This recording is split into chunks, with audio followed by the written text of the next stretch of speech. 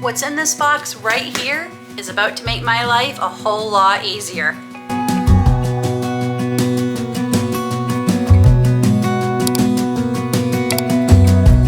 As a young girl, the fields were mine. We played hide and seek for hours, raised our shadows among the pines. So offshore, playful and free, without a care in the world.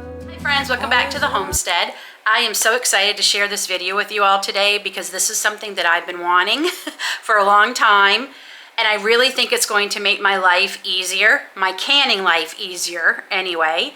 And I'm gonna apologize now if you hear some background noise. The freeze dryer is going. It is full of a yellow zucchini right now. No, sorry, it's full of green zucchini. The yellow zucchini is in the freezer. That'll be the next batch. So I was hoping that would get done in time, but it's still not quite ready. So if I wait around for that, I'll never be able to get to film and use what's in the box today. So in the past, water bath canning, this is what I would use to water bath. It gets very, very heavy, and I need to fill it from my sink here, pick it up, carry it over to my stove over there, and it's heavy. And if you're new here, I have touched in the past before. I do have some pain issues, mainly a lot of my back, my hands. Some is left over from chemotherapy. Some is years worth of issues that I've had, especially with my back since I was like 12. And it makes it very difficult to fill that and move it. I have a flat top stove. You're not supposed to be, dragging things across that, so I can't do that. So typically I'm trying to can when David or Aiden are around so they can carry this for me and move it to the stove. And it's very heavy.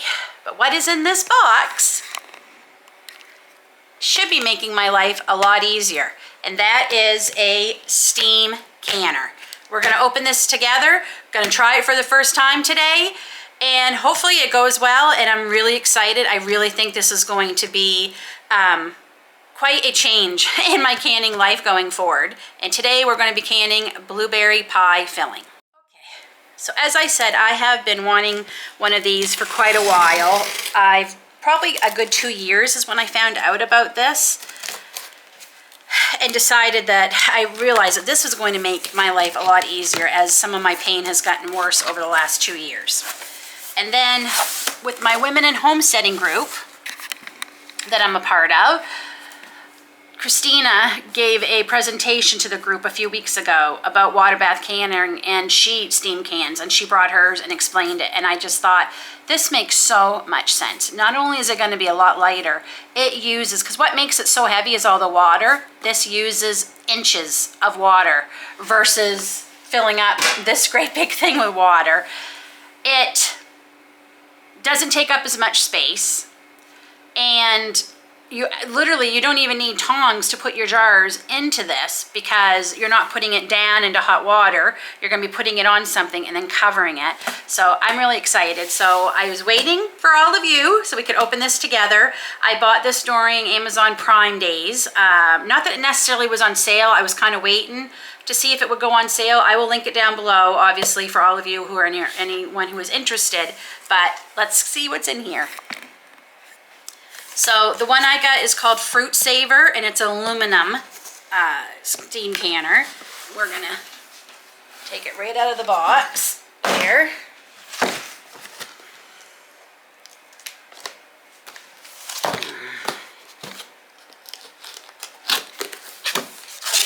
The first person I think I watched using one of these is Constance from Cosmopolitan Cornbread. She uses one, and it just makes sense to me. So, and I have to say, it is very light, very light. Of course, it's aluminum, so it's going to be light. Okay. So we have our two pieces here. This, believe it or not, is the bottom. That is the bottom of our canner. Our manual, which we will need. I believe this is our rack. It goes like this, and this is our top.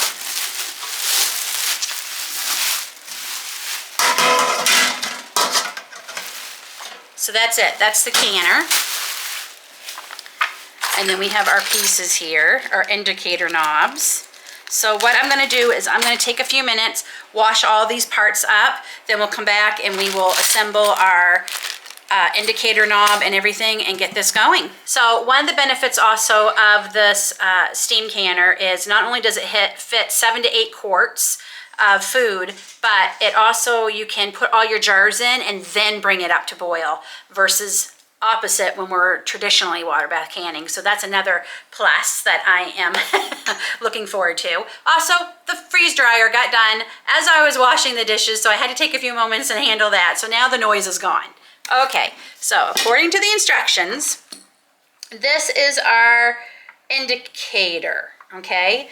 And we have an aluminum screw and a washer, and it's telling me do not use another screw. Use the aluminum washer or this will not work properly. So just FYI. I don't know why they're telling us to do it upside down, so this is what we're doing, because yeah, why couldn't we do it that way to begin with? Like, I hope it's not going to make it, I don't see why it would make a difference in use. I really don't. We still have to put this little indicator arrow. It is tiny. So this is our indicator knob that has all kinds of letters here. A through V, actually. Mark max point, test each year or when changing altitude. Okay. So snap the adjustable pointer onto the edge of the knob. This can be slid around the edge of the knob to mark the location of your maximum temperature. Okay, we'll find out more about that. Oh, well, that was easy. Okay, and then this just slides all around.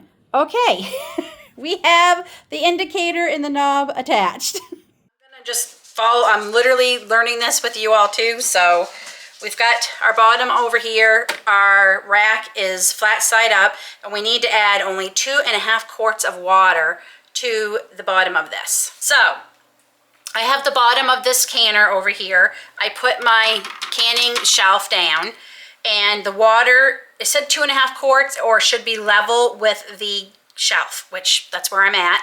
Now I have 4 quart jars or pint jars here filled with water. We don't need rings and lids. This is to help simulate what's going to be in here so we can get the proper test for our indicator. It's recommended we do this once a year just in case this gets bumped or you forget what it is, or if you move, because that could change what your maximum needs to be. So we're going to get this started on high. So once this lid starts rattling and moving around a bit, I will start lowering the temperature until it just stops.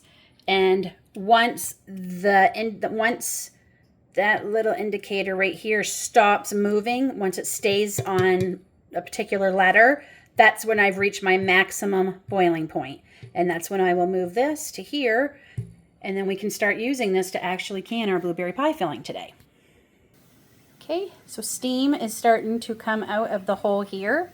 That's where it's supposed to come out when we're at the right temperature. I'm hearing noise. I'm not seeing anything rocking yet, but we're getting there. And oh yes, our indicator has definitely changed. It started at A and now we're way over here to O, almost P.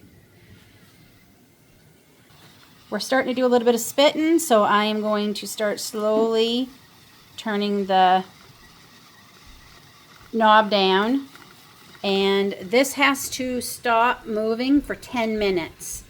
So we will see if lowering it to 6 stops the spitting and sputtering. Not yet. We'll go to 5. That's what I'm waiting for to stop right there. Okay, so I end up going all the way down to 3 for my stove. So now we're going to watch this indicator for 10 minutes and see if it has stopped. Okay, so I end up having to go to 2 because I was still having a little bit of steam come out of the side. It's just coming out of the steam venting hole here. So now we're going to start our 10 minutes.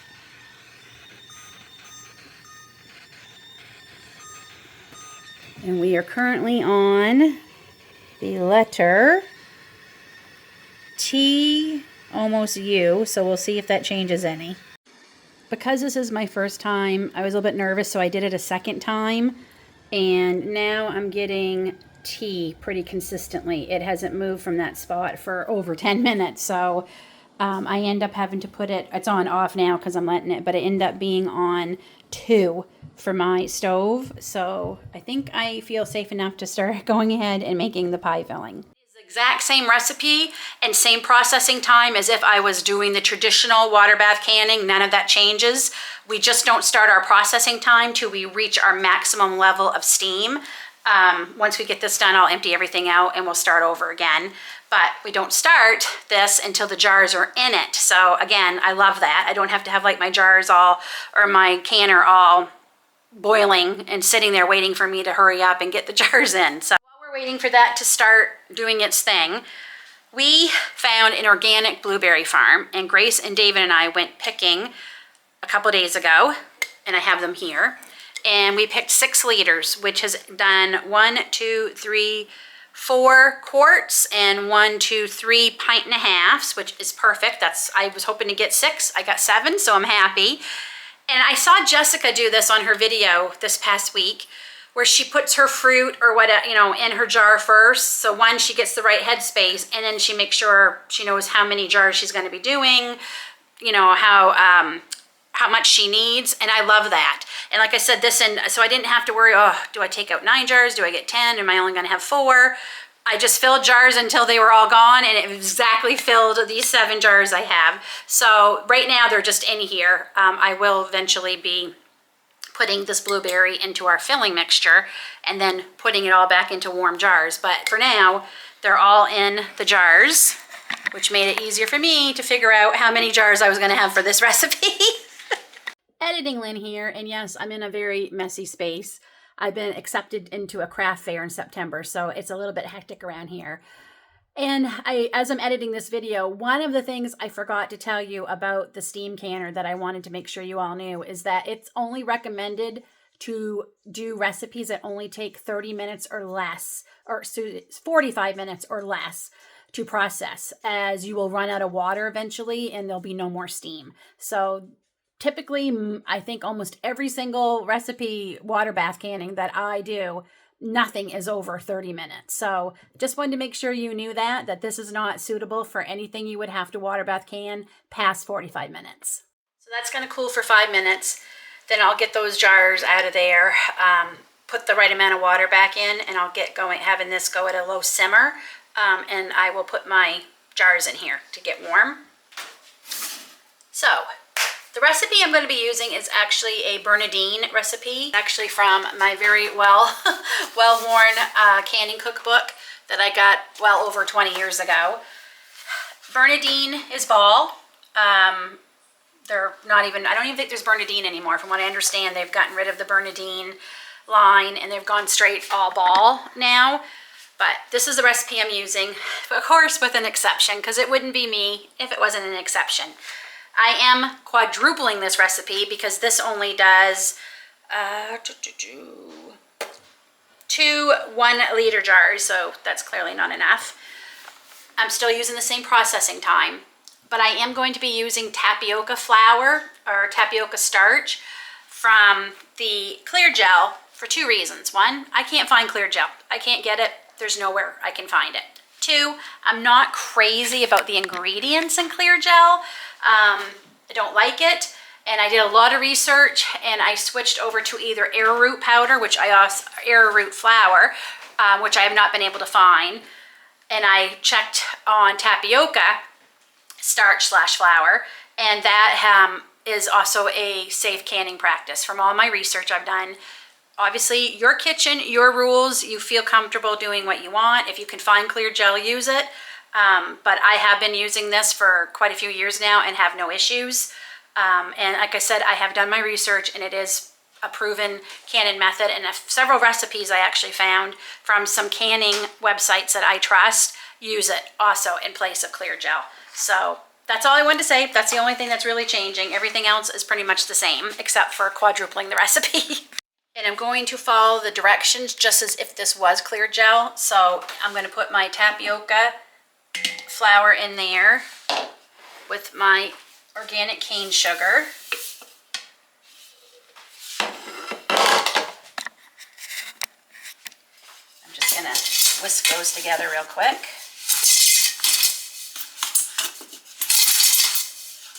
And then I'm gonna put in my water. So that's 8 cups of water, 4 cups of sugar. The sugar's not quite quadrupled, but quadrupling the sugar would have made it just sweeter than we would like. So I have 4 cups. And it's 2/3 cups of tapioca flour times 4. I literally could not figure out the math for that. So I just did 2/3 4 times until I got what I wanted. It's at least a cup, I'm gonna say, because it filled this bowl and there is measurements on this bowl. So 2 cups. So it probably was close to 2 cups. Next time I would only use 1 cup of the tapioca. I think quadrupling it made it too thick. So we are going to bring this to a boil. This came to a boil and then I lowered it and just let it cook until it got to the thickness I want. I'm now going to add 1/2 cup of bottled lemon juice. And wait about a minute, and then I'm going to add all the blueberries. I'm going to start adding my blueberries. And I did add just a little bit more water. It got a little too thick for me.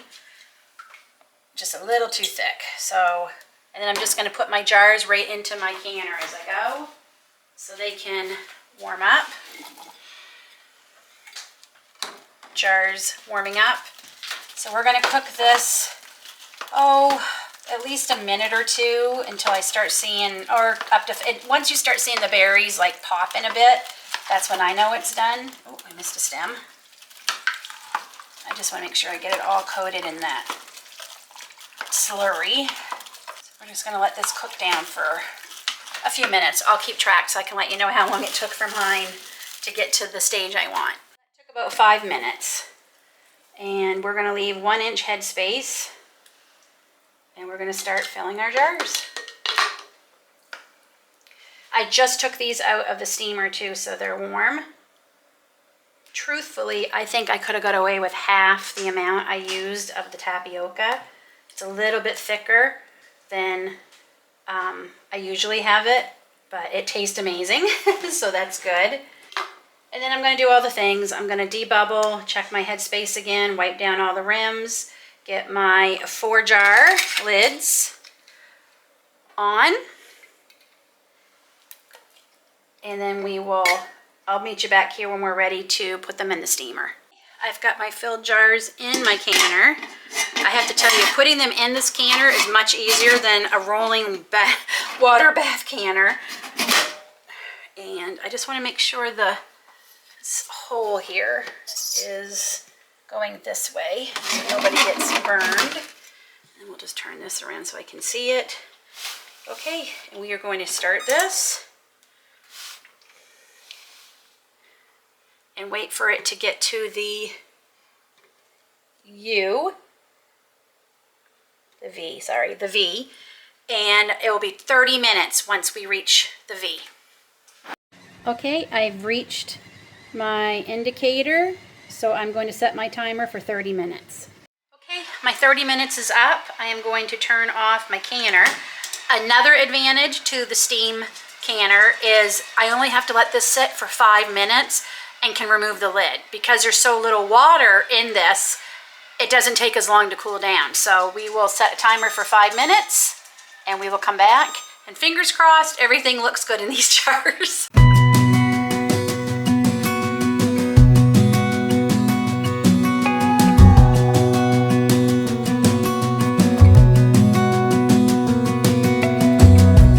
As a young girl, it feels we're mine. We played hide. So my final thoughts on the steam canner. It's a learning curve, just like anything else, new you're learning. I think I like it. I really do. I have to say, putting the jars in and out was much easier. It's a quicker return time. I've already got I have 1 jar that I needed I couldn't fit in, and I'm gonna go ahead and can it. And that's the other thing. I'm using such little water. only having to can one thing doesn't bother me a whole lot because I'm not going to use as much water. I'm not going to use as much electricity, and the turnaround time is much quicker than as if I had to add more water to a big pot, wait for that to boil. So I definitely like that. The cons are that dial thing, very much like pressure canning. And online is not a whole lot of help. Apparently there's two kinds of indicators. There's one like mine that has A through V, and then there's another one that says zones, A, B, and C, I think they are. And wherever it goes, that's the zone you're in. That doesn't help me because I don't have that kind of indicator. So I watched a couple other videos and their indicators, some of them also went really far. So I felt a little bit more confident. I was able to keep it on the V the whole 30 minutes that the jars were processing. So I think I like it. You're going to be seeing more videos with this because I'm determined not to go back to the other one. I'm going to make sure that I keep trying this until I really get a good grasp on it. It is going to help me. I already know just from this one batch how much easier it was to get everything ready with this canner versus the traditional water bath canner. I mean, this one, it's already coming up to temperature already. I can already hear it.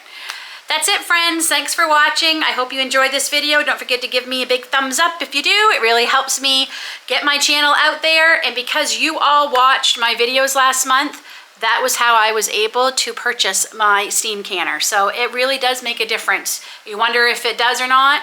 I'm here to tell you it does. Until then, take care, God bless, and we'll see you all soon.